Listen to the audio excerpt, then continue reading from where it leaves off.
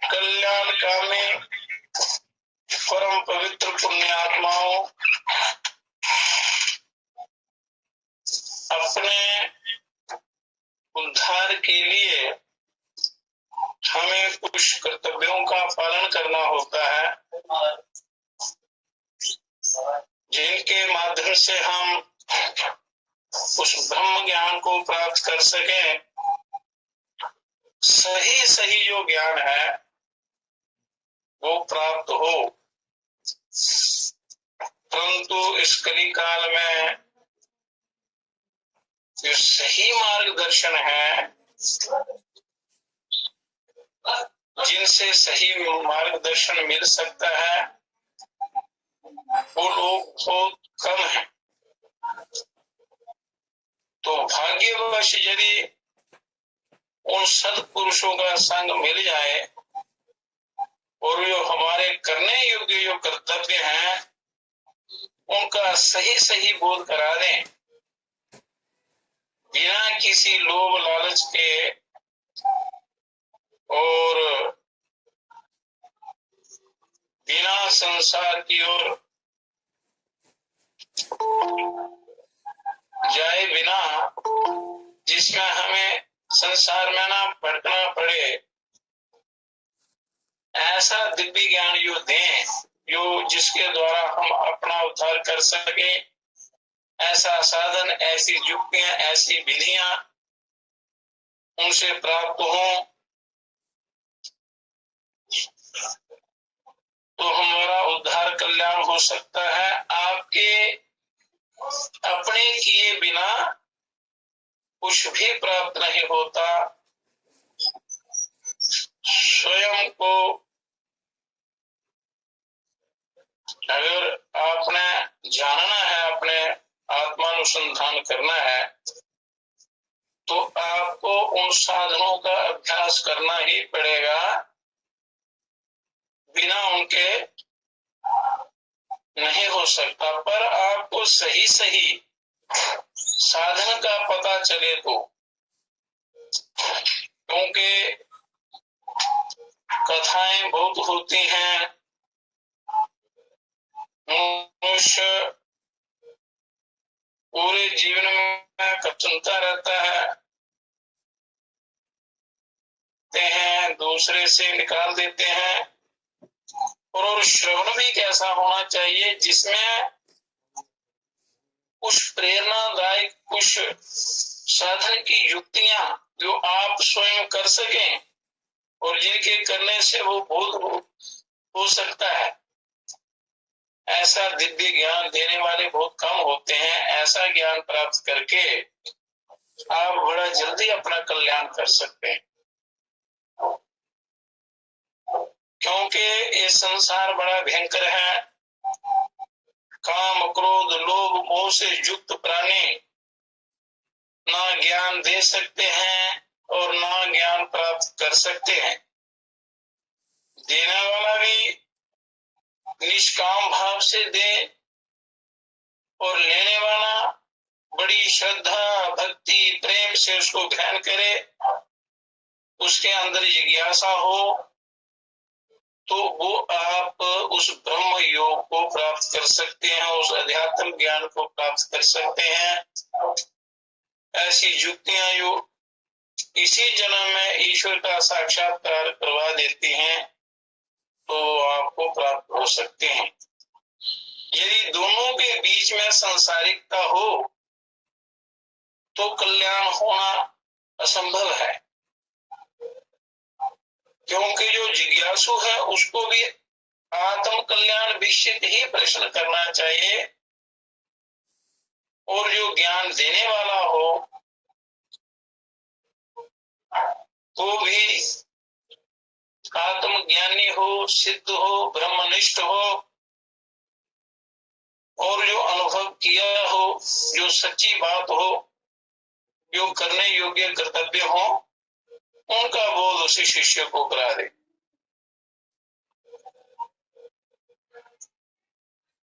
किसी प्रकार की कामना ना करे और जो सीखने वाला है श्रद्धा भाव प्रेम अनन्य भक्ति से उसको सीखे और अपने इच्छानुसार अपना कर्तव्य समझकर अपने गुरु की सेवा करे, गुरु शिष्य का उद्धार करे। और केवल धन की प्राप्ति के लिए अगर शिक्षा दी जाती है और संसारिक कामनाओं के लिए पूर्ति के लिए वो ज्ञान प्राप्त अगर किया जाता है तो उनसे कल्याण नहीं होता है। तो इसलिए अच्छे साधक मिलना भी कठिन है, अच्छे मार्गदर्शक मिलना भी बड़े कठिन है। अगर सौभाग्यवश मिल जाए तो अपना उद्धार कर लेना चाहिए। और जब तक आप करेंगे नहीं, साधन करेंगे नहीं, यत्न करेंगे नहीं, तब तक आपका उद्धार संभव नहीं है। तो पहले अपने नित्य कर्म को सही बनाना है, नियमावली रखनी है, मन को वश में करने का प्रयत्न करना है। तो वो अच्छी संगति से हो सकता है, युक्तियों द्वारा हो सकता है। कल उनका वर्णन किया। तो संसार में जीवन निर्वाह के लिए भी कुछ कर्तव्य हैं और आत्मोद्धार के लिए भी कर्तव्यों का पालन करना पड़ता है। मेन उद्देश्य आपका आत्म कल्याण है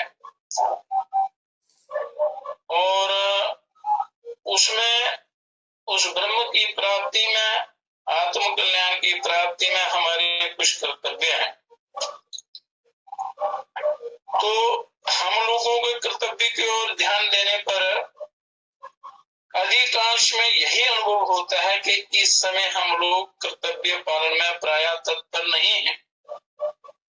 कोई भी अपने कर्तव्य पालन में तत्पर नहीं है, इसलिए उनको सही मार्गदर्शन नहीं मिलता। सभी परमानंद चाहते हैं, सभी कल्याण चाहते हैं, पर कल्याण और आनंद कैसे प्राप्त हो उसको आपने जानना है, उस पर ध्यान देना है। ध्यान पूर्वक विचार करने से पद पद पर त्रुटियां दिखाई देती हैं और त्रुटियों के रहते रहते आप वो अपने कर्तव्य का पालन नहीं कर सकते जो करना चाहिए। यद्यपि सभी लोग अपनी उन्नति चाहते हैं, अपना कल्याण चाहते हैं, आनंद चाहते हैं और यथासाध्य चेष्टा भी करते हैं। चेष्टा करना भी उत्तम समझते हैं, तथापि विचार करने पर ऐसे अनेक हेतु दृष्टिगोचर होते हैं जिनके कारण वे यथासाध्य प्रयत्न नहीं कर सकते, बल्कि किंग कर्तव्य विमूढ़ होकर, मूढ़ भाव को प्राप्त होकर उन्नति के असली पथ से गिर जाते हैं, क्योंकि सही मार्गदर्शन न होने के कारण। हर जगह ढूंढता है कि सही मार्गदर्शन मिले, पर इस संसार में वो ज्ञान बड़ा कम मिलता है, ऐसे लोग बहुत कम मिलते हैं। अतः सबसे पहले विचारणीय विषय ये है कि मनुष्य का कर्तव्य क्या है, हमें करना क्या है। साधन तो अनेक दिए हैं शास्त्रों में, कई प्रकार की सिद्ध विद्याएं हैं, युक्तियां हैं, उपासनाएं हैं, तप जप तप वर्णित है। पर मनुष्य का पहला कर्तव्य क्या है, उसके पालन के लिए मनुष्य को किस प्रकार चेष्टा करनी चाहिए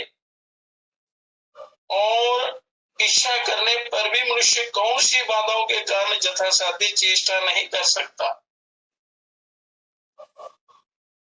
चेष्टा, क्योंकि ईर्ष्या या आत्म कल्याण में या अपनी उन्नति में बाधाएं क्यों आती हैं? उनका मूल कारण क्या है जिससे मनुष्य जन्म जन्मांतर भटकता रहता है, शांति नहीं मिलती? तो वे ऐसे कौन सी बाधाएं हैं जिनसे मनुष्य अपने कर्तव्य का पालन नहीं कर सकता, यथासाध्य चेष्टा नहीं कर सकता? परमात्मा ने पूर्ण सामर्थ्य दिया है आपको, पूर्ण स्वतंत्रता दी है, पूर्ण शक्ति दी है, कोई कमी नहीं रखी है, सारे साधन भी दिए हैं। फिर भी मनुष्य किंग कर्तव्य में विमूढ़ क्यों हो जाता है? क्यों अपने आप को दुखी रखता है, इस संसार के चक्कर में डालता है? तो मनुष्य का प्रधान कर्तव्य क्या है? पहले इसको अपने कर्तव्य का ही पता नहीं। पता लगने पर भी यदि चेष्टा करे तो इसका कल्याण हो सकता है।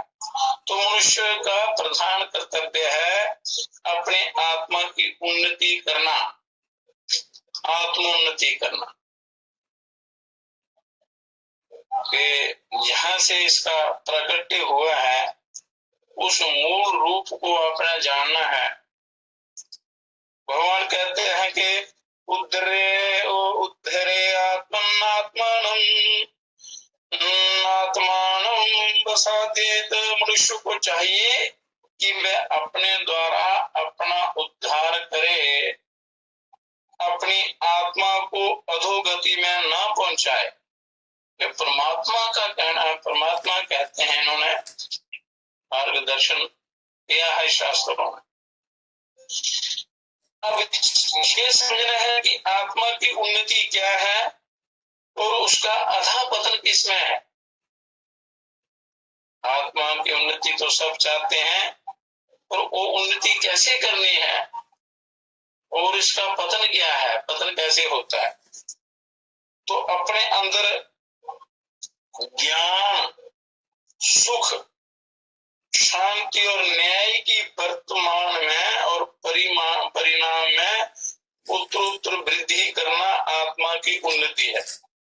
कि अपने अंदर, अपने अध्यात्म में, अपने हृदय में ज्ञान, परम सुख, अखंड शांति और न्याय की वर्तमान में और परिणाम में उत्तरोत्तर वृद्धि करना, ये आत्मा की उन्नति है, उसकी वृद्धि करना है।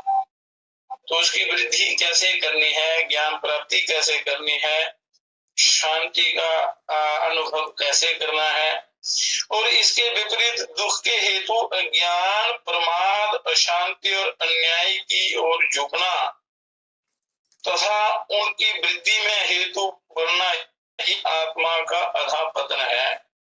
और यो करने योग्य कर्तव्य नहीं है, यो आत्मा के विपरीत कर्म है, उनकी ओर जाना ही आत्मा का अधःपतन है। और मनुष्य को निरंतर आत्मनिरीक्षण करते हुए आत्मा की उन्नति के प्रलय में लगाना, उसके प्रयत्न में लगाना, आत्मोन्नति के जो मार्ग हैं, जो साधन हैं, जो युक्ति हैं, उस उन्नति के प्रयत्न में अपने आप को लगा और अधःपतन के प्रयत्न से हटाना चाहिए। मतलब संसारिक जो काम है, जिनसे मनुष्य पर काम, क्रोध, लोभ, मोह, राग, द्वेष, अहंकार आदि का प्रभाव पड़े और मनुष्य वासना का शिकार होकर संसार की तरफ चल पड़े, तो इस आत्मा का अधःपतन हो जाता है। तो उससे आपने बचना है और ज्ञान की तरफ चलना है। तो संसार में संग ही उन्नति अवनति का प्रधान हेतु है। आत्मा की दुर्गति का और उन्नति का प्रधान हेतु संग है, संगति है। अच्छा संग या बुरा संग। जो पुरुष अपनी उन्नति कर चुके हैं या उन्नति के मार्ग पर स्थित हैं, उनका संग आत्मा की उन्नति में सहायक होता है। और जो गिरे हुए हैं, जो उत्तरोत्तर गिर रहे हैं, या विषय भोगों में फंस रहे हैं, या वासना के शिकार हो रहे हैं, उनका संग आत्मा की अवनति में सहायक होता है।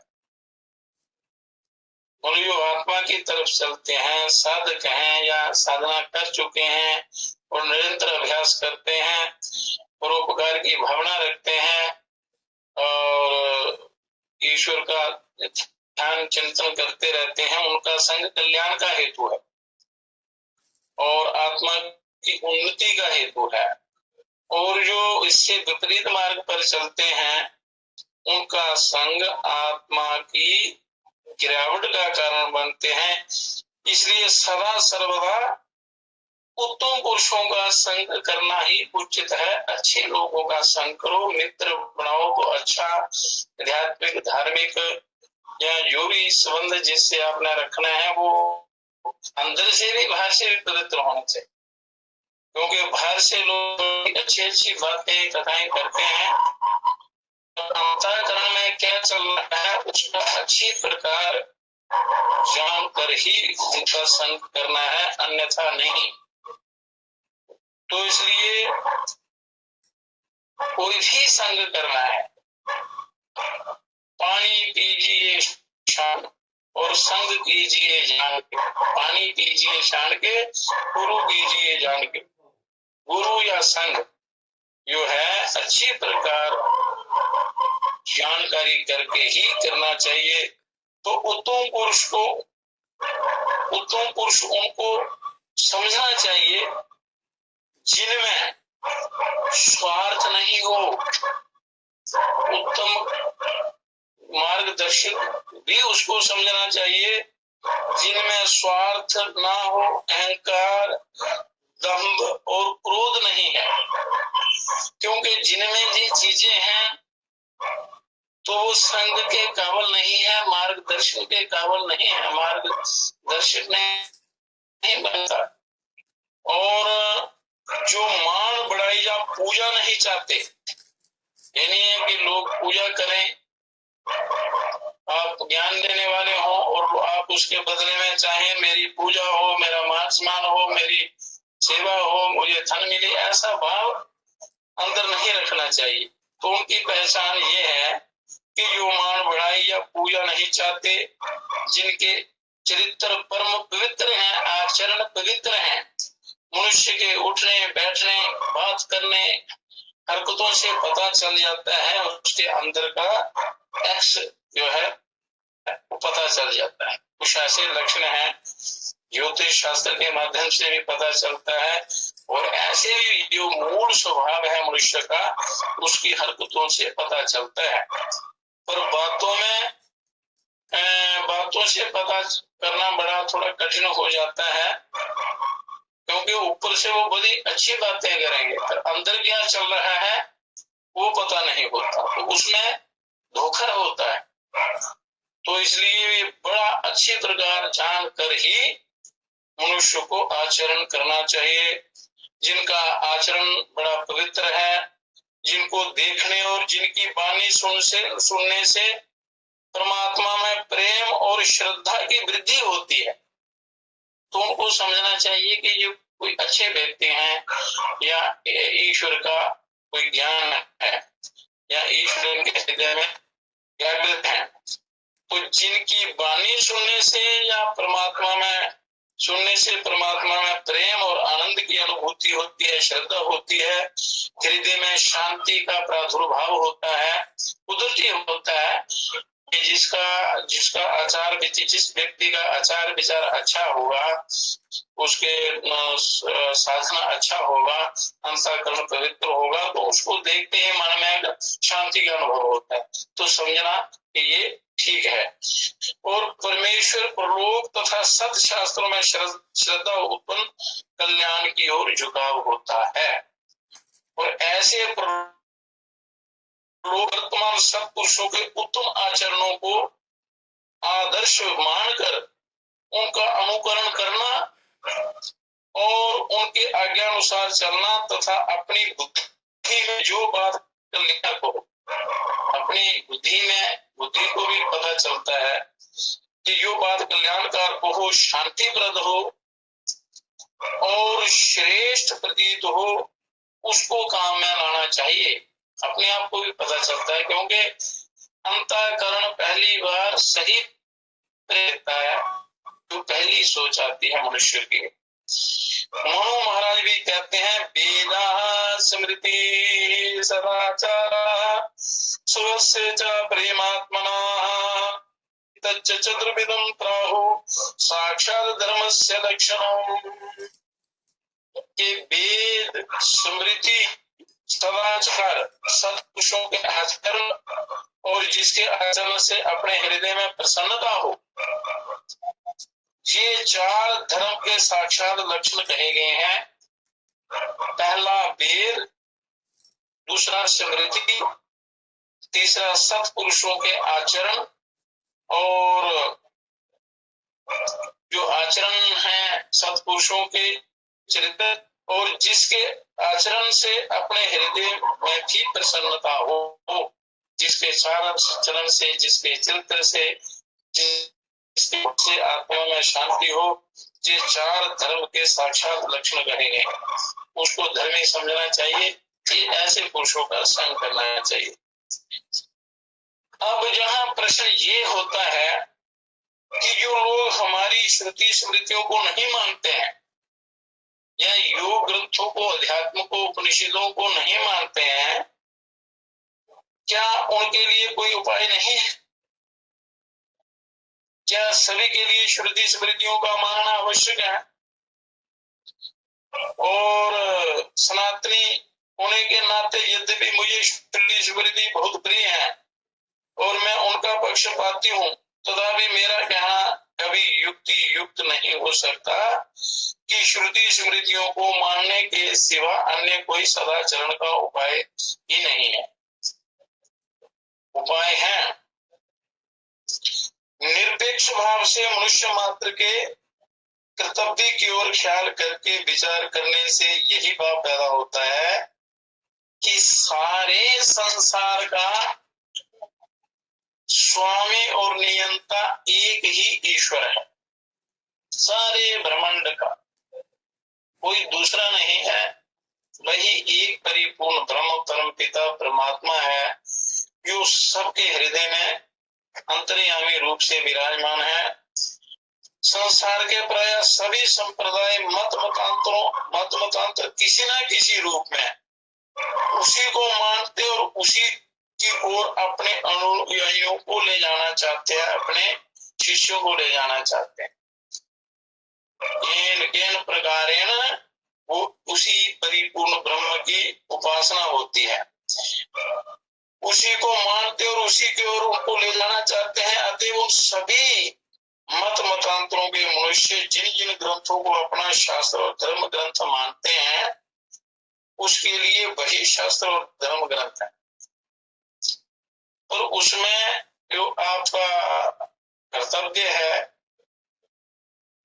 या जो धर्म है वो सबका एक ही है। मूल जो स्वभाव है या मूल उद्देश्य है या मूल लक्ष्य है, वो उस प्रभु की प्राप्ति, आत्मा अपने स्वरूप को जानना है, और धर्माचरण मतलब पवित्र, किसी को बिना कष्ट पहुंचाए, किसी का बुरा किए बिना अपने कल्याण की तरफ चलना है। जो व्यक्ति जिस धर्म को मानता है और उसी के धर्म शास्त्र के अनुसार अपने सदाचारी, बोलो सदाचार सबके लिए जरूरी है,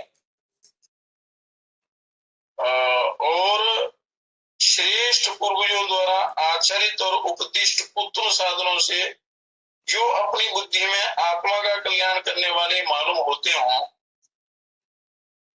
उनको ग्रहण करना ही उनका शास्त्र अनुसार चलना है।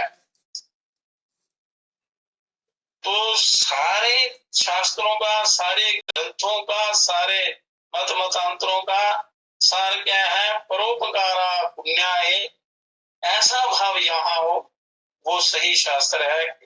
वो क्या है?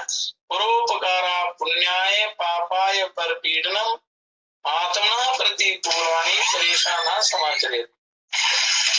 परोपकारा पुण्याय, परोपकार से पुण्य बढ़ता है। तो परोपकार में की भावना में मनुष्य दूसरे का कभी बुरा नहीं कर सकता।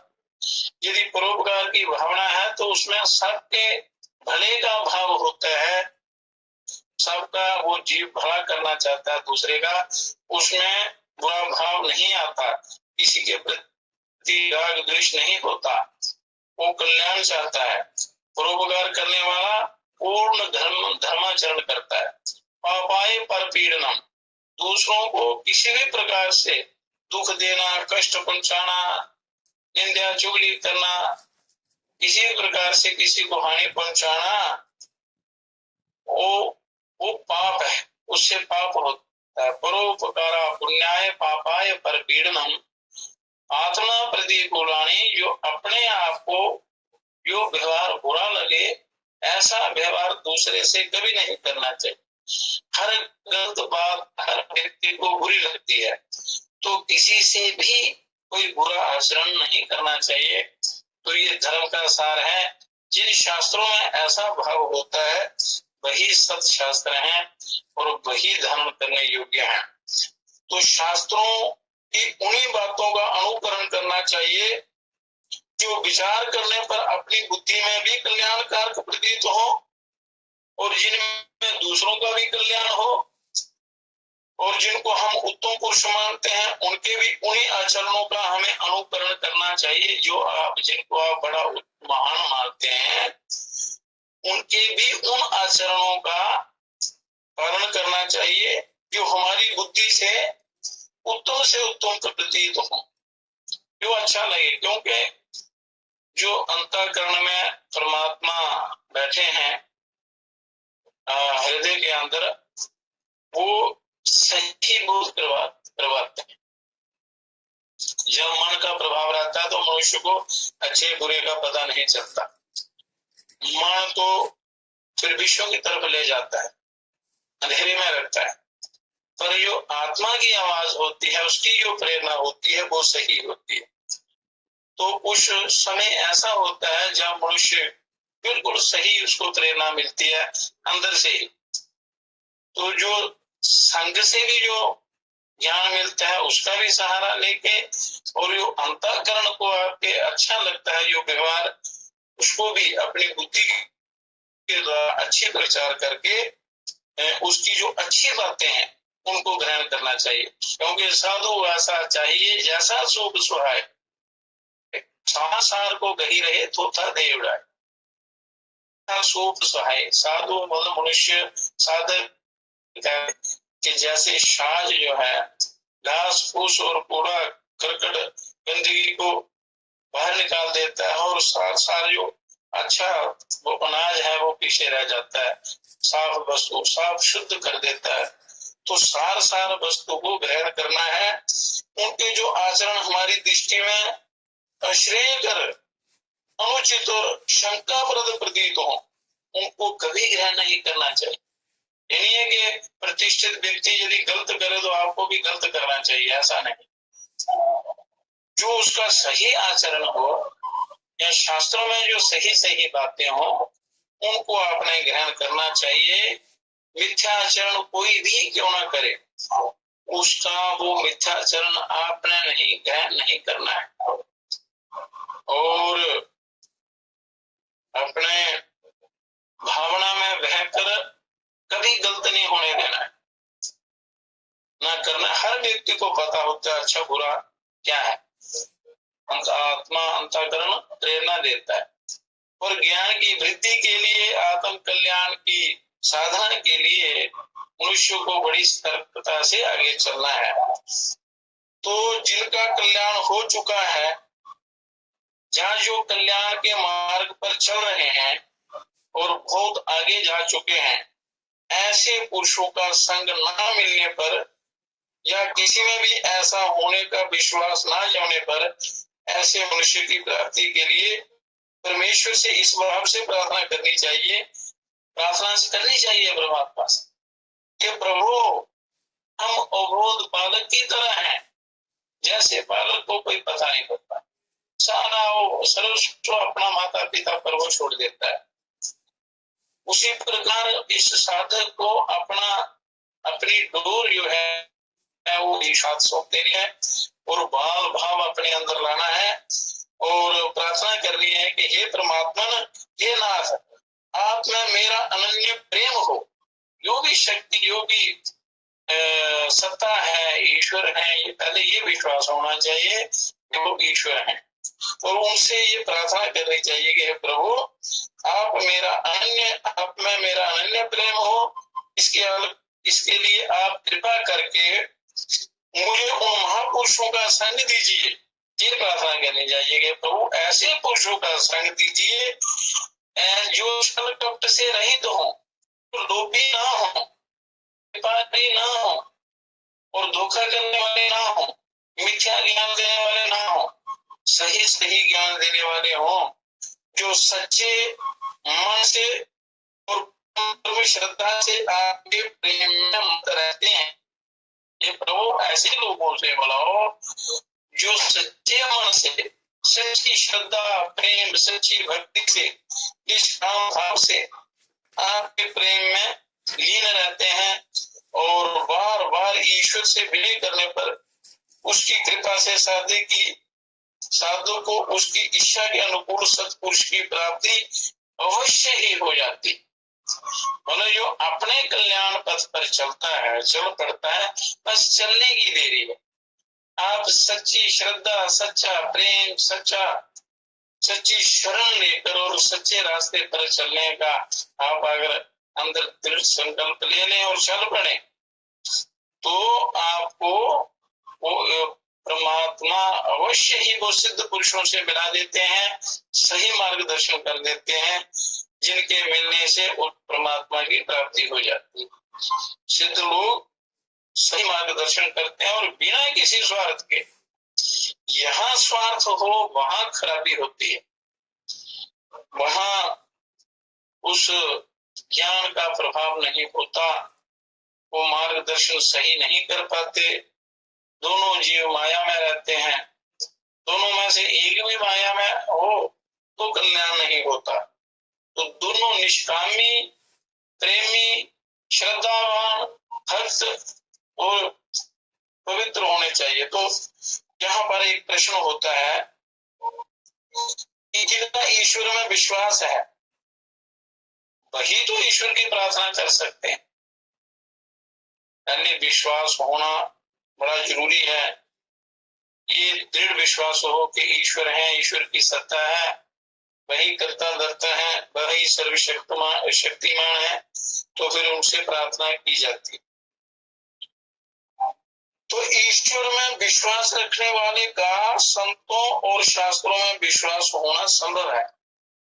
संतों और शास्त्रों में उसी का विश्वास होता है जो ईश्वर में विश्वास रखता है।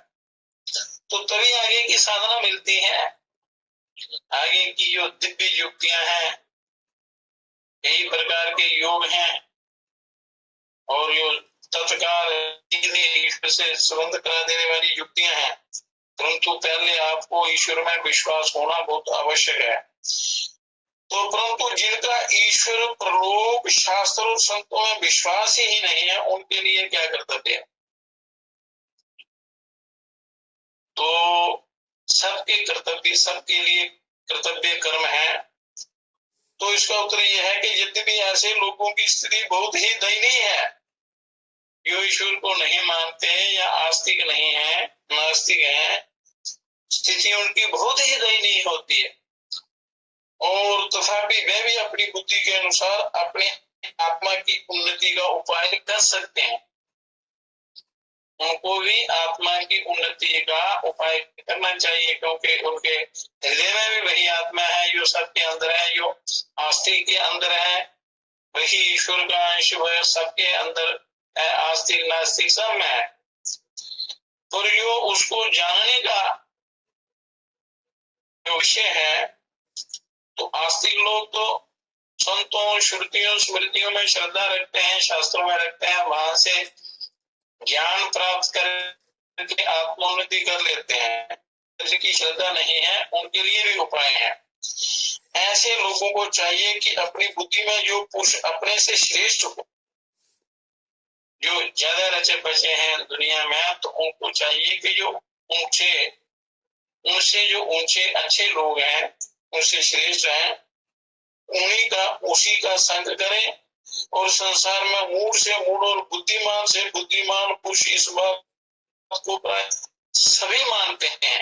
मूढ़ से मूढ़, बुद्धिमान से बुद्धिमान, ये सब जानते हैं, मानते हैं कि जगत में हमसे अच्छे मनुष्य भी हैं और बुरे भी।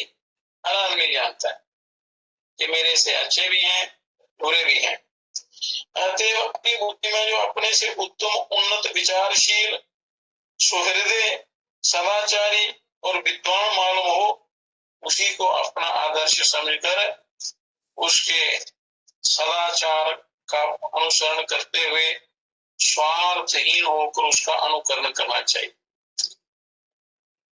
तो स्वार्थ जो है उसका त्याग होगा, तभी आपको शांति मिलेगी, तभी आप सही कर्म कर सकेंगे, तभी कल्याण होगा। तो स्वार्थ भी ये बड़ा भारी दोष है। यदि मूर्खता, अभिमान या अन्य किसी कारणवश किसी में भी अपने से अच्छे होने का विश्वास ना हो, मूड भाव होता है, खान पान अच्छा नहीं होता, विचार बड़े उद्दंड होते हैं और किसी में भी विश्वास नहीं होता, तो अपनी बुद्धि में भली भांति सोच विचार कर लेने के बाद जो बातें परिणाम में कल्याणकारक हो, शांतिप्रद हो और सुख कर, लोक हित कर हो, न्याय युक्त हो, न्याय संगत हो, धर्म संगत हो और ऐसी चीजें, ऐसे भाव जजें, उन्हीं बातों को मानना और स्वार्थ को छोड़कर उन्हीं के अनुसार कर्म करना चाहिए। ऐसे जो नास्तिक लोग हैं, किसी न किसी को तो बड़ा हर व्यक्ति मानता ही मानता है अपने से। तो इस प्रकार जो अपने से श्रेष्ठ है उसका अनुसरण करना, फिर उसको उन्नति होती चलती है।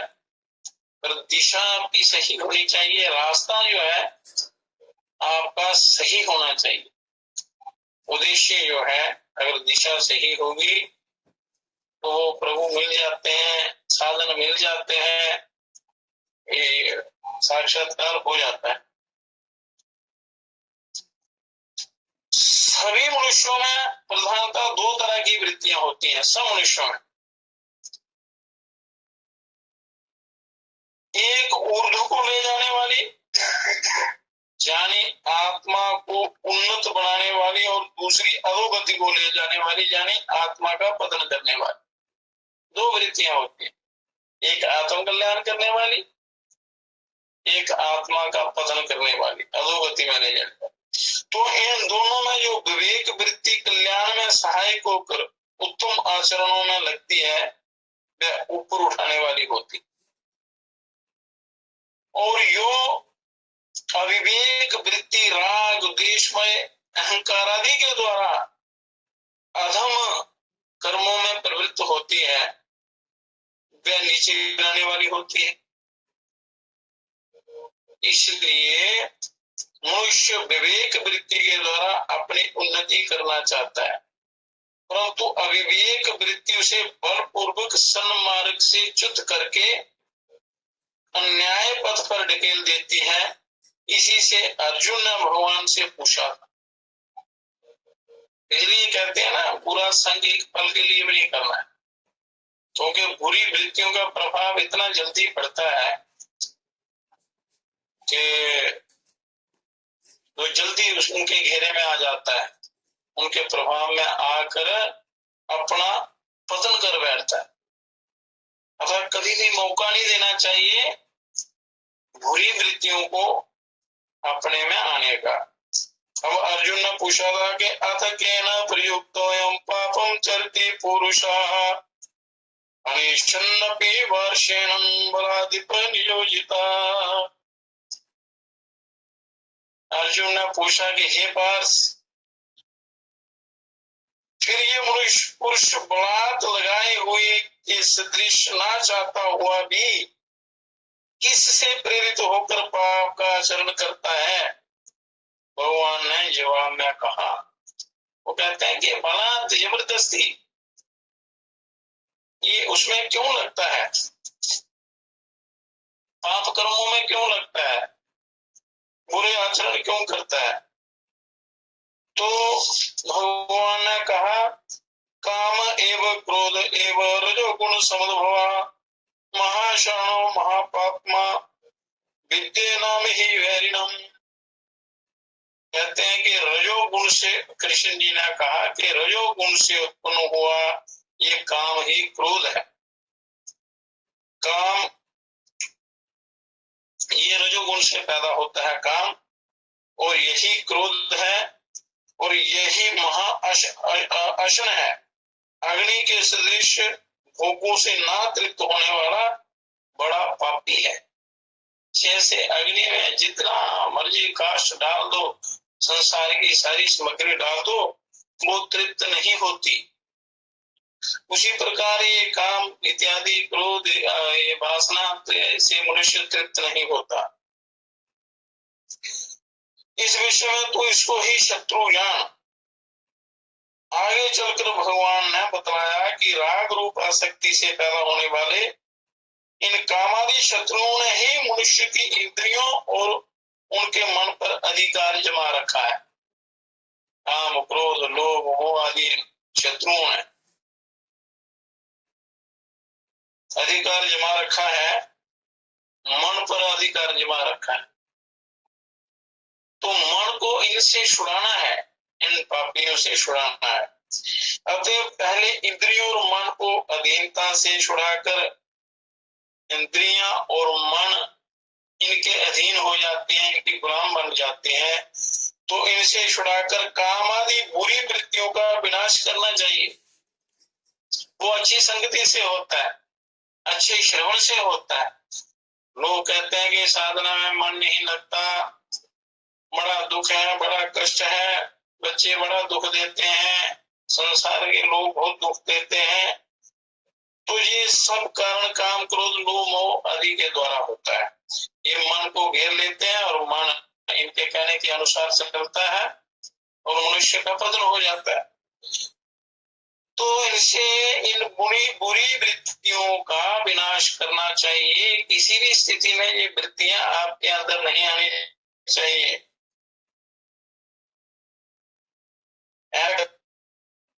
मनुष्य कर सकता है, जान बूझकर अनजान बनकर अपने आप को असहाय मानकर इनके वश में हो जाता है। तो इसी से भगवान ने कहा है, इंद्रियाणि पाराण्योर इंद्रियेभ्यः परमं मनः मनसस्तु पर बुद्धिर्यो बुद्धे परस्तदोषः एवं बुद्धे परम बुद्ध्या संस्तभ्यात्मनं आत्मनः यही शत्रु महाबाहो कामरूपं दुरासदम्। के शरीर से इंद्रियों को श्रेष्ठ माना जाता है। बलवान और सूक्ष्म कहते हैं। शरीर से इंद्रियों बलवान और सूक्ष्म होते हैं। इंद्रियों से परे मन है, मन इंद्रियों से सूक्ष्म है। मन से परे बुद्धि है, और जो बुद्धि से भी अत्यंत परे है वह आत्मा है। आत्मा बुद्धि से परे है, अत्यंत परे है। इस प्रकार बुद्धि से परे अर्थात सूक्ष्म सब प्रकार से बलवान और श्रेष्ठ अपने आत्मा को जानकर बुद्धि के द्वारा मन को वश में करके, हे महाबाहो, अपनी शक्ति को समझकर इस दुर्जय काम रूप शत्रु को मार। थोड़े शब्दों में इतना गहरा ज्ञान भगवान श्री कृष्ण जी ने अर्जुन को समझाया। अर्जुन के माध्यम से सब जीवों को के लिए ये उपदेश है कि बुद्धि से परे जो आत्मा है, अपने आत्मा को जानकर बुद्धि के द्वारा मन को वश में करो, क्योंकि बुद्धि से आप सब कुछ कर सकते हैं। पवित्र बुद्धि होगी तो अच्छा संग होगा, अच्छा खान पान होगा तो बुद्धि अच्छी होगी, तो उस अच्छी बुद्धि के द्वारा मनुष्य मन को वश में कर सकता है, और जब तक मन वश में नहीं होता तब तक कल्याण होना असंभव है। तो इसलिए अपनी शक्ति को समझकर इस दुर्जय काम रूप शत्रु को मार, उसको काबू में कर। तो भगवान के इन वचनों के अनुसार मनुष्य को अपने आत्मा के उद्धार के लिए उत्तर अधिक उत्साह से चेष्टा करनी चाहिए, क्योंकि उत्साह भंग करने वाले संसार में बहुत संग है, बहुत लोग होते हैं, ज्यादातर वही मिलेंगे आप, पर आपने हतोत्साहित नहीं होना है, हारना नहीं है, और धैर्य रखना है, और आत्मोद्धार के लिए अधिक उत्साह से चेष्टा करनी है, चेष्टा करनी चाहिए, उत्साह रखना है, तो अवश्य ही आपको सफलता मिलेगी। इसको साधन को बीच में नहीं छोड़ना है। तो इस राग द्वेष मय अहंकार आदि युक्त अविवेक वृत्ति का दमन करके और इन बुरी वृत्तियों का दमन करके विवेक वृत्ति को जागृत करने से ही सब कुछ ठीक हो सकता है। यही कर्तव्य का पालन है, यही आपका कर्तव्य का पालन है। ये बहुत बड़ा कर्तव्य है, और कर्तव्य का मूल रूप समझकर ही आपने उसका यथा विधि पालन करना है, आत्मोद्धार करना है। तो अब ये बात विचारणी है कि प्रायः सभी मनुष्य अपनी बुद्धि के अनुसार उन्नति के लिए चेष्टा करते हैं, पर मनुष्य धन को इकट्ठा करना अपनी उन्नति मानता है, बड़े बड़े महल बनाना और संसार के वैभव प्राप्त करना उनको उन्नति मानता है, पर अपनी बुद्धि के अनुसार आत्मोन्नति के लिए तो चेष्टा करते हैं, परंतु उन्हें सफलता नहीं मिलती।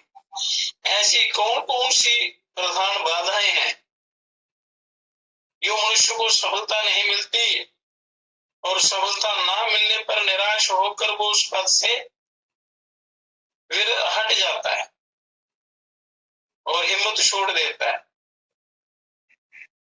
तो ऐसी कौन सी बाधाएं हैं जो मनुष्य को उन्नति पथ में बढ़ने से सदा रोके रखती हैं?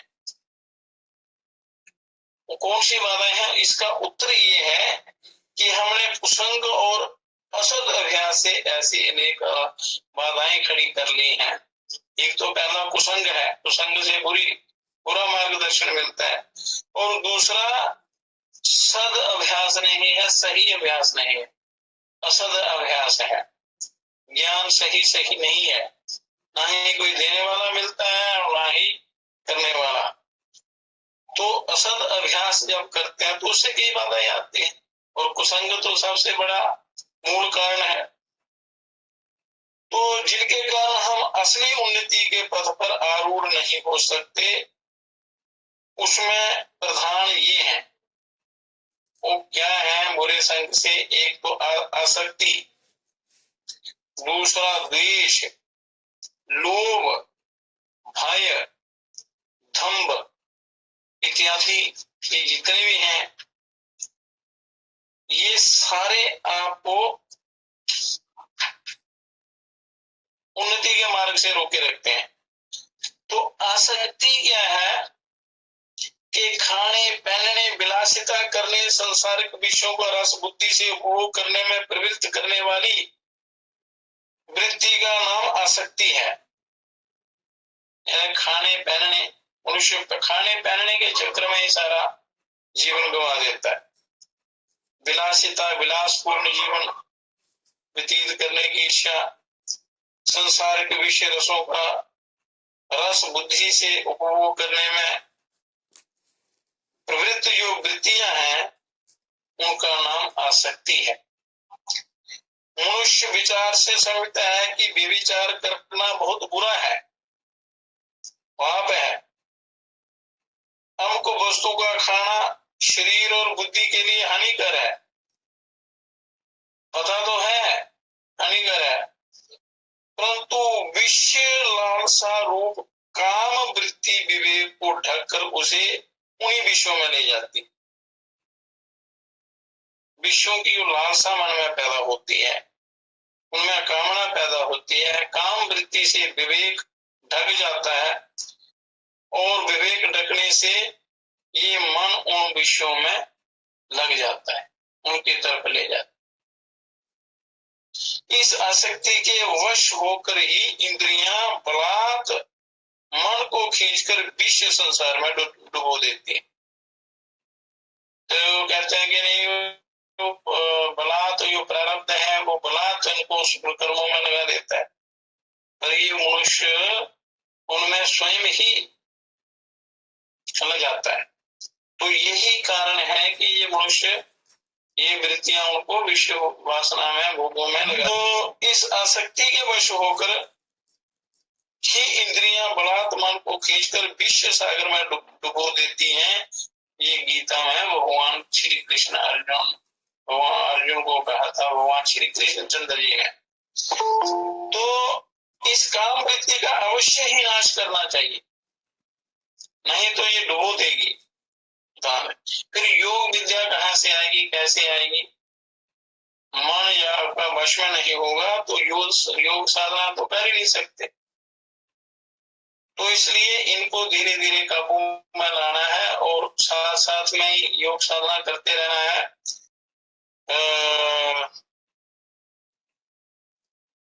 स्वाध्याय, ईश्वर प्रणिधान वगैरह, अष्टांग योग, इस प्रकार कई प्रकार की साधनाएं हैं।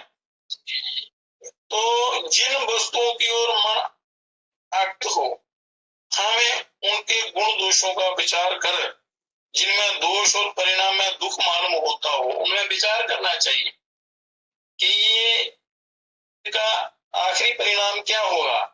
तो सात्विक बुद्धि वाले लोग विचार करते हैं, तो उसका परिणाम देखते हैं कि अगर ये हम करेंगे तो इसका परिणाम क्या होगा। तो मनुष्य फिर इन शत्रुओं से बच जाता है, अगर इनमें विचार किया जाए तो। उसका हर्ष या विवेक से निरोध या त्याग कर देना चाहिए, क्योंकि संसारिक पदार्थों में दोष ही दोष है। विचार करने पर इनमें दिखाई पड़ते हैं, फिर इनका त्याग कर देना चाहिए। और जिसमें दोष दुख ना प्रतीत हो उसे ग्रहण करना चाहिए, तो आत्मा सबको बता देती है। और दूसरा है द्वेष, ये भी विघ्न है आपको आत्मोन्नति में या योग साधना में, योग ध्यान में, साधना में, जो क्रोध के रूप में परिणित होकर न्याय अन्याय के विचार को नष्ट कर देता है। द्वेष, द्वेष से क्रोध होता है। क्रोध में क्या होता है, मनुष्य न्याय अन्याय नहीं देखता और विचार उसका नष्ट हो जाता है, और चाहे जैसे अन्याय कर्म में लगा देता है। अन्याय कर्म में मनुष्य की उस वृत्ति को लगा देता है। काम वृत्ति जागृत होने पर जैसे मनुष्य चाहे जैसा पाप कर बैठता है, जैसा चाहे वैसा ही पाप कर देता है। इसी प्रकार क्रोध की वृत्ति में भी वह बड़े से बड़ा अन्याय करने से नहीं रुकता, करता है, क्योंकि उसे बुद्धि मारी जाती है काम वृत्ति से, क्रोध से। इसलिए काम क्रोध इसको दूर से ही त्याग देना चाहिए, कभी अपने अंदर नहीं आने देना चाहिए, क्योंकि इससे बड़े बड़े भयंकर रोग लग जाते हैं और जीवन का पतन हो जाता है। अतएव द्वेष को कभी हृदय में नहीं टिकने देना चाहिए।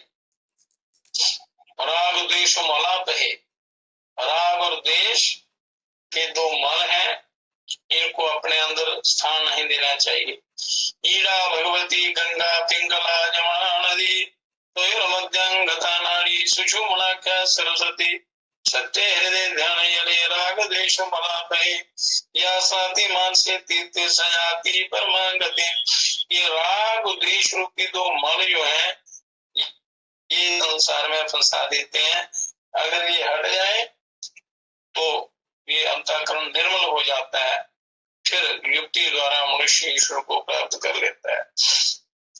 तो उनको कभी हृदय में टिकना देना चाहिए। उसके लिए सत्संग चाहिए, सत्शास्त्रों का श्रवण चाहिए, घर में अच्छा वातावरण चाहिए, प्रातः साय दोनों संध्याओं में पूजा पाठ आचार विचार पवित्र चाहिए। घर में जो वृद्ध लोग हैं, माता पिता हैं, बड़े लोग हैं, वो संस्कारी होने चाहिए। सब बच्चों में अच्छे संस्कार देने चाहिए। घर में वो पवित्रता का वातावरण होना चाहिए।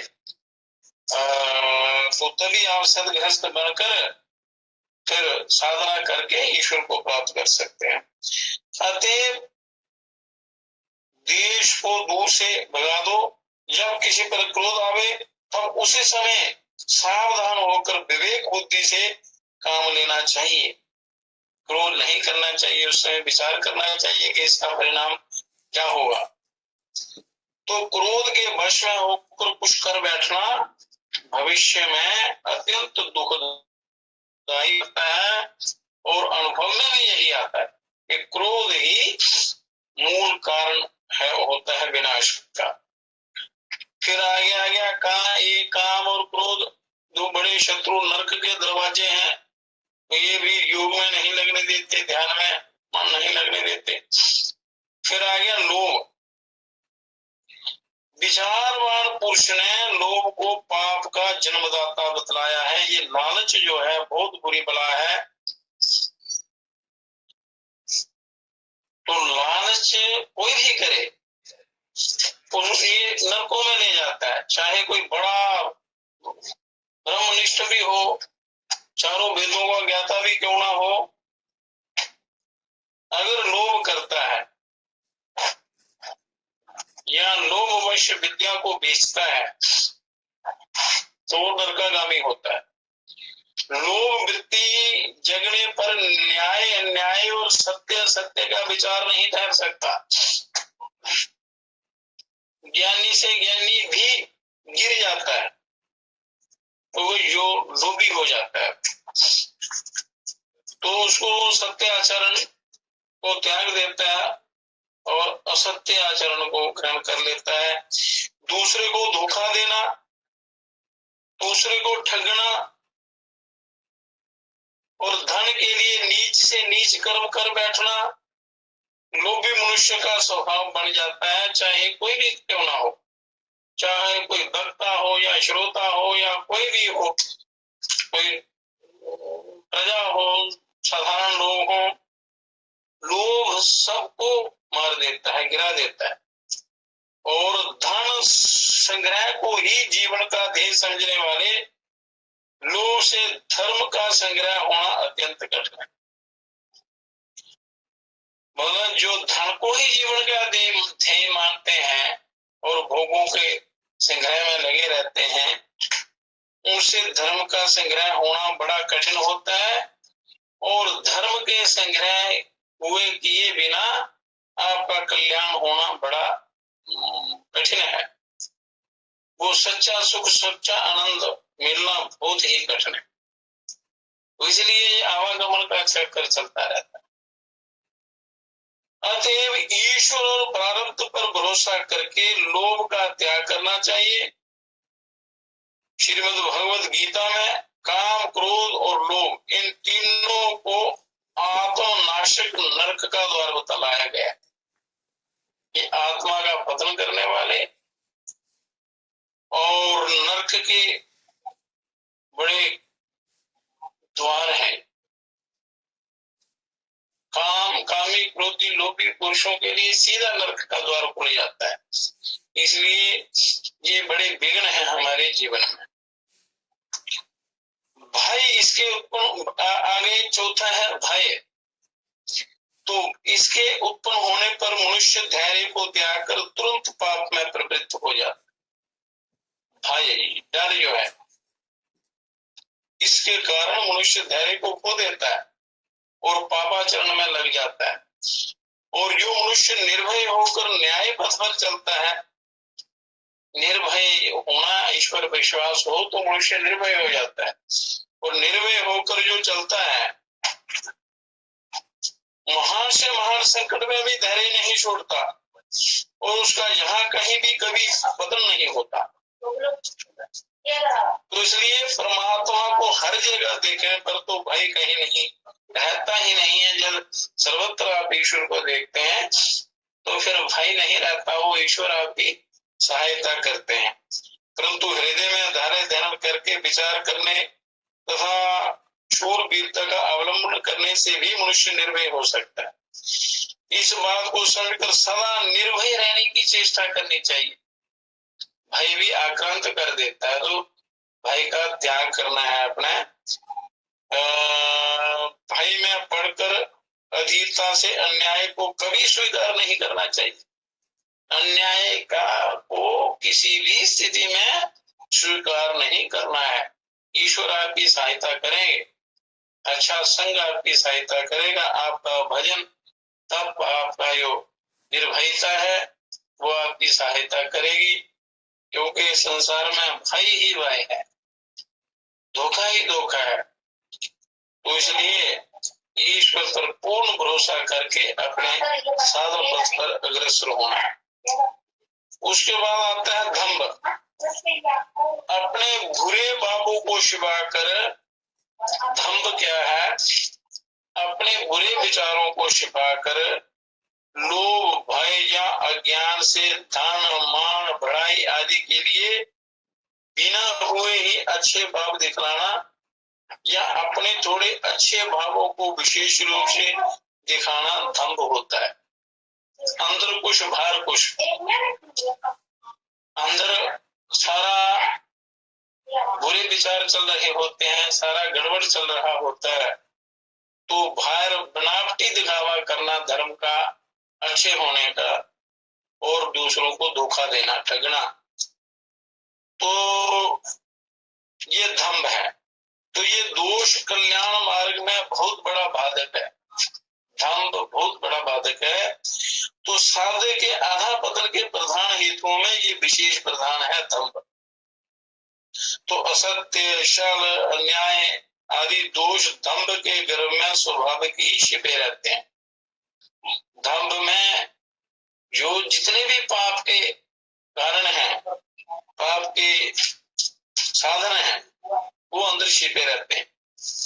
दंभी मनुष्य समझता है कि मैं दूसरे को ठगता हूं, मैंने उसको ठग लिया, मैंने ये कर लिया इत्यादि, परंतु वास्तव में वह स्वयं ही ठगा जाता है। बुरा करने वाला, ठगने वाला अपने आप को ही ठगता है। धम्ब से किए हुए यज्ञ, दान आदि सत्कर्म भी क्षय हो जाते हैं। जो धम्ब से जो दिखावे के लिए किया जाता है उनका कोई फल नहीं मिलता, उनका सत्कर्म हीन हो जाता है, नष्ट हो जाता है।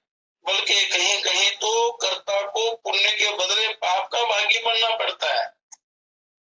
जो धम्ब युक्त ये किया जाता है। तो अतएव विचारवान पुरुष को इस दोष से खूब बचना चाहिए, तभी आप साधना पथ पर चल सकते हैं। और आजकल की दुनिया में इस दोष का बहुत विस्तार हो गया है, हर व्यक्ति में। हजारों में भी एक मनुष्य ऐसा मिलना कठिन है जिसमें धम्ब का लेश भी ना हो, और लाखों में कोई एक दो हो सकते हैं जो बिल्कुल शुद्ध पवित्र हो अंतःकरण, जिनके अंदर कोई धम्ब नहीं है, छल नहीं है, या संग्रह की भावना नहीं है, जो अंतःकरण की पवित्रता से सबका कल्याण चाहता है। तो वो बड़े ईश्वर की कृपा से ही ऐसे लोग मिलते हैं। तो 5 तो प्रधान दोष हैं, ये 5 प्रधान दोष हैं। इनके सिवा बहुत सी ऐसी आदतें डालनी हैं जिनसे विवश होकर हमें कल्याण पथ से गिरना पड़ता है। और भी कई ऐसी आदतें हैं, वो आदतें जो हैं वो हमें अच्छे सत मार्ग से हटा देती हैं, योग मार्ग से हटा देती हैं और पत्र में डाल देती हैं। तो विचार दृष्टि से प्रत्यक्ष अधःपतन करने वाली दिखने पर भी प्रारंभ में मोह से कुछ सुख पद प्रतीत होती हैं, और सुख प्रद प्रतीत होने के कारण हम उन्हें छोड़ना नहीं चाहते। छोड़ना नहीं चाहते, इस कारण वो उसका मन नहीं लगता। दोष परमात्मा को देते हैं, भाग्य को देते हैं, गलतियां अपनी होती हैं, कमजोरियां अपनी होती हैं। तो दूसरे के आश्रय पर निर्भर कर पराधीनता में जीवन बिताना, शरीर के आराम या भोगों के लिए दूसरों पर हुक्म चलाना या उनसे सेवा कराना, चाहे कोई भी क्यों ना हो, झूठा धन करके उनको छलना, ठगना, सेवा कराना, उनको अपने अधीन करना, ये भी आदतें जो हैं ये बड़ी खराब आदतें होती हैं। ये भी उन्नति के मार्ग में विघ्न डालती हैं। अपने आराम, भोग या नाम के लिए धन का अधिक खर्च करना, ये भी बुरी आदतें हैं। और दीर्घ सूत्रता, आक्रमणता, जो आलसीपन है, जो काम करने की इच्छा न होना, मतलब अपना कर्तव्य पालन करने की इच्छा का अभाव, माता पिता आदि गुरुजनों की आज्ञा की अवहेलना, दूसरों की निंदा स्तुति करना या व्यर्थ पर चर्चा करना, ये भी बड़ा भारी दोष है। व्यर्थ की पर चर्चा, निंदा स्तुति से परे रहना चाहिए। और पर चर्चा, पर दोष चर्चा नहीं करनी चाहिए, इससे भी आपका जो है पतन होता है। मान, बड़ाई या प्रतिष्ठा का चाहना और उनके प्राप्त होने पर स्वीकार करते रहना, और दूसरों से सेवा कराने का जो भाव है, तो सत्पुरुषों का संग और सत्शास्त्रों का अध्ययन करके उनके उत्तम सत आचरण और उपदेशों का अनुकरण करना और ध्यान करना, ये चाहिए आपका यो कर्तव्य है। पर अब ये जो और जितने भी कारण आपकी आत्मोन्नति में बाधक हैं, उनका वर्णन कल करेंगे। और कल निरालंभोपनिषद, ये जो कर्तव्य का वर्णन किया है, उसका पालन करते हुए आपने निरालंबोपनिषद का जो ज्ञान है उस पर उसकी साधना करनी है।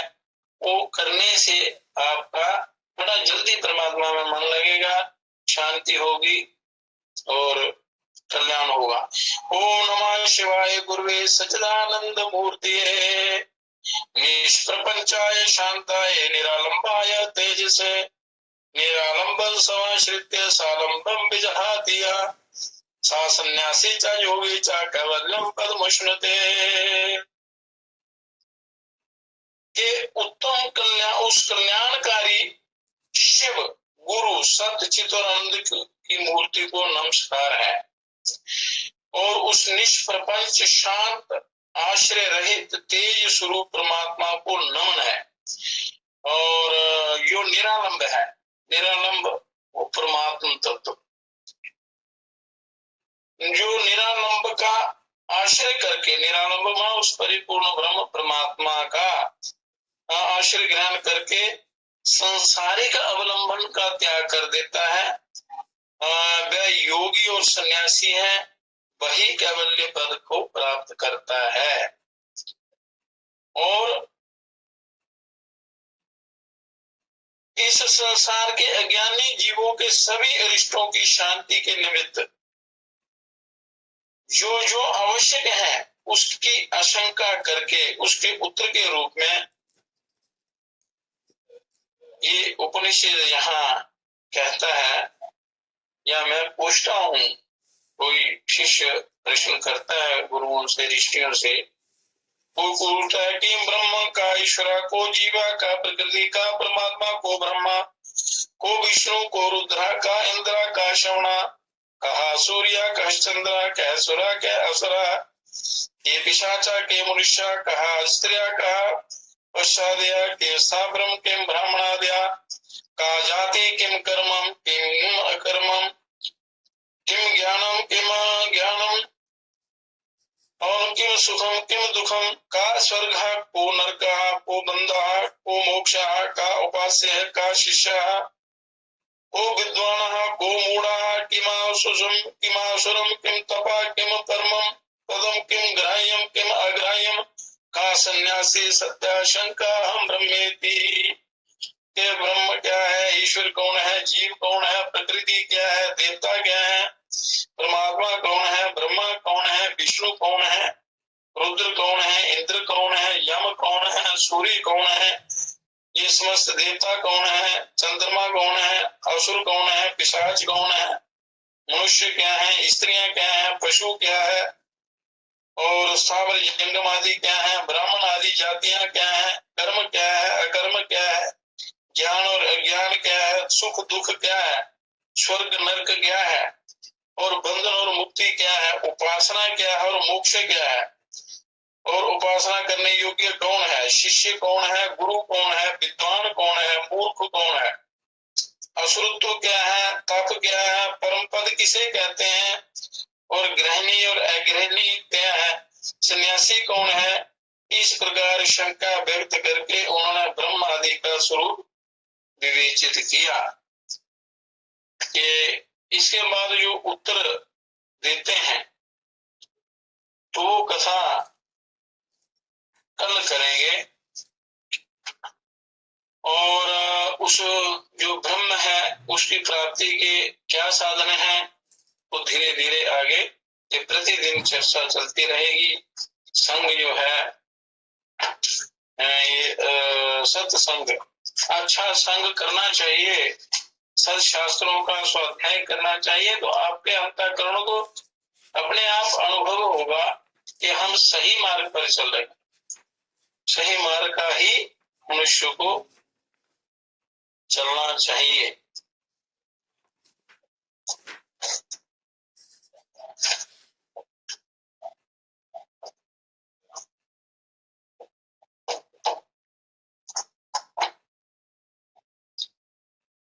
ओम शांति शांति शांति।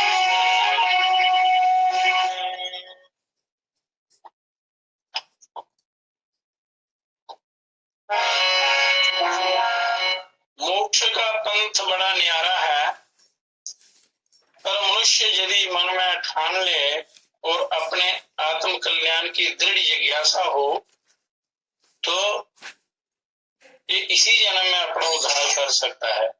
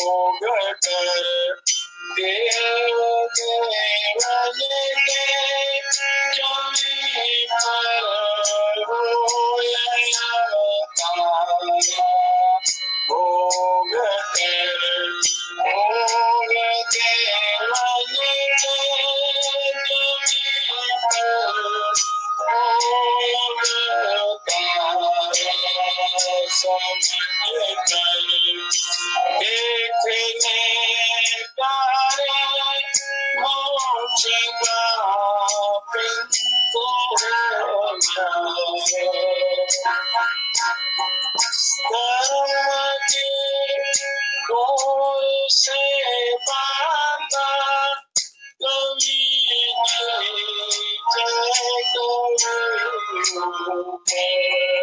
धर्म के डोर से बांधा कवि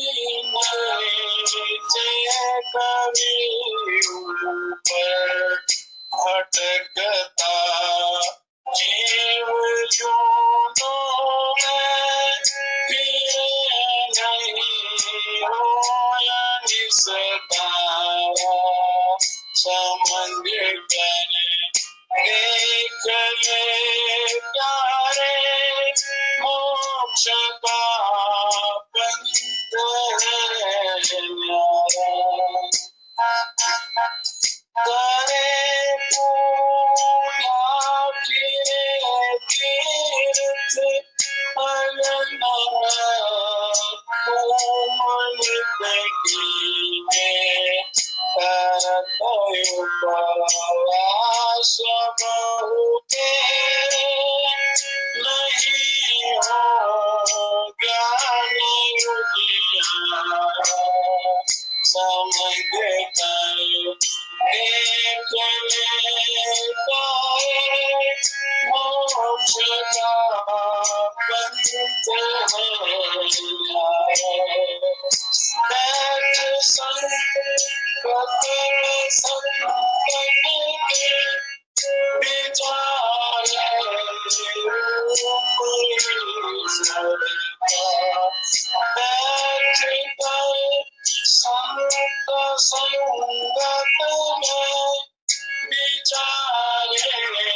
संगत में विचारे ईश्वर का वो ब्रह्मानंद को पाए मिटे भयाल संसार समझ कर देख ले प्यारे मोक्ष का पंथ है